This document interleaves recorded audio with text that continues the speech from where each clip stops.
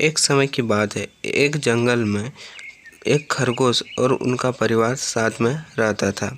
खरगोश जहाँ रहता था वहाँ आसपास बड़े जानवर की संख्या ज़्यादा थी। खरगोश और उसका परिवार हमेशा इस बात से डरे हुए रहते थे कि कोई जानवर आकर उन्हें नुकसान ना पहुँचा दे।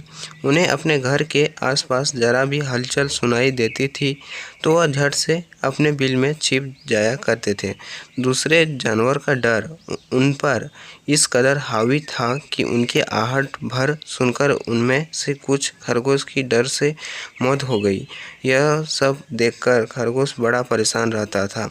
एक दिन घोड़ों का दल उनके घर के पास से गुजरा। घोड़ों की आवाज़ सुनकर सभी सहम गए और हमेशा की तरह अपने बिल में छिप गए।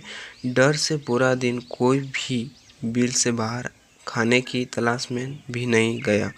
अपने परिवार को इस हालत में देखकर खरगोश बहुत दुखी हुआ। उसने भगवान को कोसते हुए कहा कि हे भगवान, आपने हमें इतना कमज़ोर क्यों बनाया है?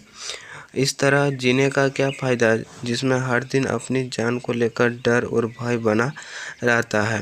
तभी सारे खरगोश ने मिलकर फैसला किया कि हर समय डर और भय के चलते बिल में छिपकर रहने से अच्छा होगा कि सब मिलकर एक साथ अपना जीवन त्याग देते हैं। सभी खरगोश इकट्ठा होकर आत्महत्या करने के लिए नदी की ओर निकल गए। समय पर खरगोश और उसका पूरा परिवार नदी के पास पहुँचे। नदी के पास कई सारे चूहे के बिल थे। जब चूहे ने खरगोश को आते देखा तो वे सभी डर गए और इधर-उधर भागने लगे। कुछ चूहे बिल में घुस गए तो कुछ नदी में गिर गए। चारों तरफ अफरा-तफरी का माहौल था। ये पूरा वाक़या देखकर खरगोश तंग रह गया। उन्हें इस बात का यकीन नहीं हो रहा था कि उन्हें देखकर भी कोई इतना भी डरता है।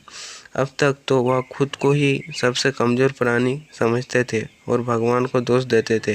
अब खरगोश की समझ में आ गया था कि भगवान ने दुनिया में अलग-अलग खासियत के साथ जीव-जंतु बनाए हैं।